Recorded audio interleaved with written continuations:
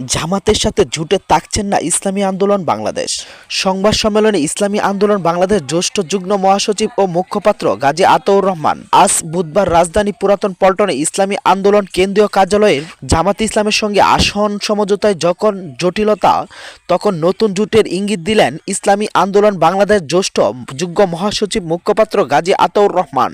গাজী আতাউর রহমান বললেন, 20 তারিখ 20 জানুয়ারি হলো মনোনয়নপত্র প্রত্যাহারের শেষ দিন। নির্বাচন হলো ফেব্রুয়ারির 12 তারিখ। ফেব্রুয়ারির 12 তারিখের আগ পর্যন্ত যে কোনো কিছু ঘটতে পারে।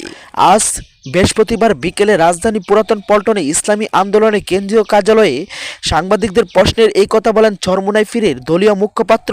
তার ভাষণে তাদের প্রতি যাদের শ্রদ্ধা রয়েছে তাদের সঙ্গে আলোচনা চালিয়ে যাচ্ছেন তারা। আসন নিয়ে মতৈক্য না হওয়ার কারণে সংবাদ সম্মেলন ব্যস্ত গেছে বলে দলটির সূত্র জানায়। ইসলামী আন্দোলন 50টি সিট চাইলেও কিন্তু জামাত 40টির বেশি আসন দিতে চাচ্ছেন না। এই নিয়ে ইসলামী দল 2টি সমঝোতা আটকে যায়।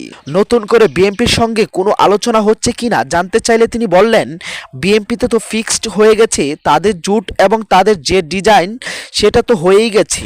সম্মানিত ভিউয়ার্স, জামাতের সাথে চরমোনাই ফির না থাকলে কেমন হবে জানাতে বলবেন না আপনার মূল্যবান মতামত আমাদের ভিডিওর কমেন্ট বক্সে।